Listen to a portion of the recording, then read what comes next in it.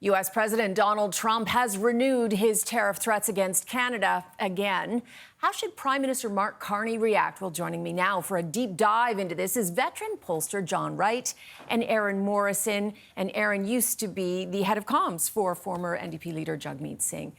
So let's start with this situation. Trump on late last week put out on Truth Social another threat. He's going to increase tariffs to 35%, largely impacting auto, steel, tariffs. We still don't know the details, and we don't know if this is bluff or bluster. John, what do you make of this? Well, the first thing that's become evidently clear is that dealing with fentanyl and immigration is simply a key to open the door for him to claim national security and say whatever he wants. Which is why Trump is saying he's doing it. Plus, we also know it's not true that Canada is a major source of fentanyl. So all of us who at the beginning said, well, let's solve this problem and we'll be able to move through the next one, are now realizing, even at this late, it doesn't matter.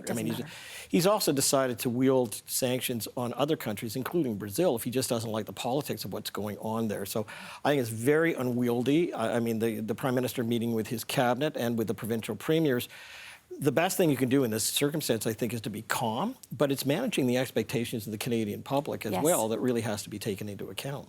Erin, do you think Carney's doing a good job so far managing expectations of Canadians? I think Canadians' expectations are managed by virtue of the fact that knowing dealing with Trump is difficult. But I do think Carney, he's going to struggle a little bit. In the election campaign, he told everybody, I'm the guy who can sit across with Donald Trump, negotiate and win. And so far, everything Trump has demanded, Carney has said, yes, sir, on it, sir.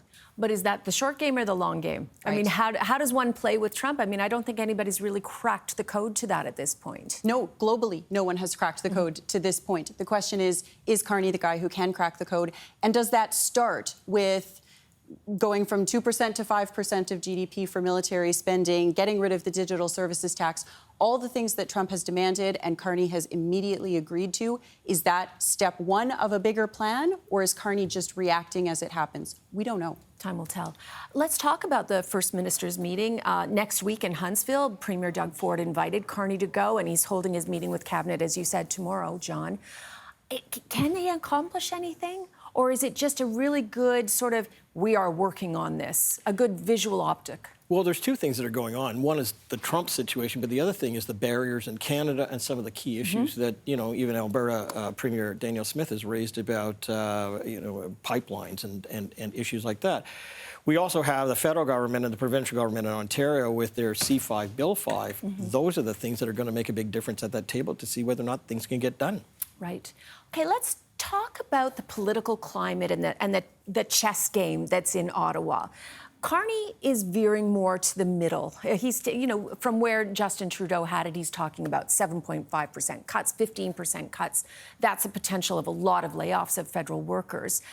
Is he leaving space now for the NDP? Because, Erin, you're not going to like me saying this, but it felt like in the last election, there was no room for the NDP.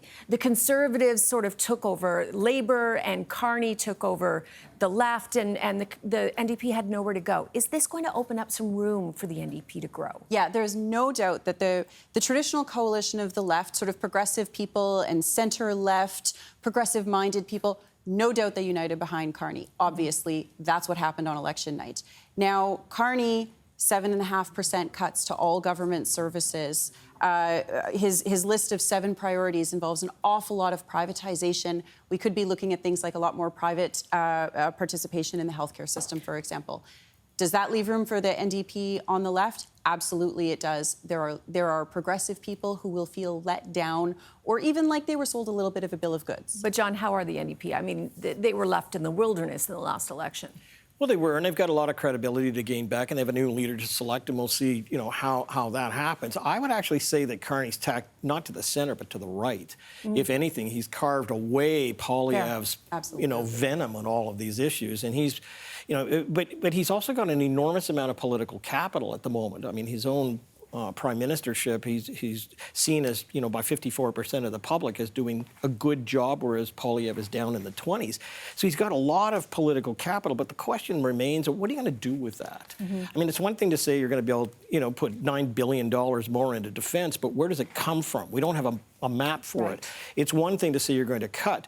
The reality is that the federal government had ballooned by 38% more in terms of even personnel alone. So whether you're dealing with the premiers up in Huntsville, or whether you're dealing with Trump, or whether you're dealing with some of these crucial issues, we've yet to see the rubber hit the road. We don't know where any of this is going.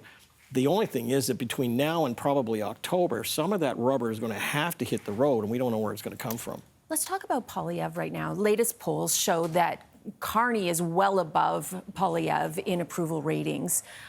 Some polls, most, as we were discussing before the cameras were rolling, John, you're saying that the parties are neck and neck, the Liberals and the Conservatives at this point, even though there's a disparity in the leadership. Well, if you take the poll that was recently done and show that there's been a widening gap between the Liberals and the Conservatives, we'll wait to see if that trends out. But up until this point, the vote numbers have remained relatively constant from the election, about a 43-37. So those are going to change, but we have two leadership conventions possibly in the next year, because if Poilievre makes the review in the coming year, in the first part of the coming year, it may not last beyond that, depending upon how the politics shifts out. But I'd love to zero in on Poilievre. Where does he stand right now in the party or in Canadians' favorability? Well, I think he's lost the narrative for what he wanted to have.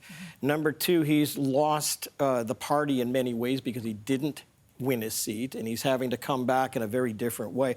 Look, I just say that I think where he's at is emblematic of what happened last week, and that was he held his first presser with CBC for the first time in 3 years since he won his leadership. I mean, when was the last time that he went to CBC to even have some kind of an interview? And I think that just shows that he's lost all kinds of support, even within the Conservative movement, and he's having to change how he tactically deals with even beyond the by-election he's going to win. Erin, do you agree? Absolutely. I think that Poilievre will be fine. He will, in the sense that he will win Battle River, Crowfoot. He will get more than 50% in the leadership review, probably much more than that. But every week looks a little worse for him. In his own party, the voices are getting a little bit louder. And in the general public, people are not happy with who he is as a person, right? That the condescending, mean guy is not polling well. It doesn't test well. So he also he's, as John says, he's really lost his running road. Axe the tax, Carney did that.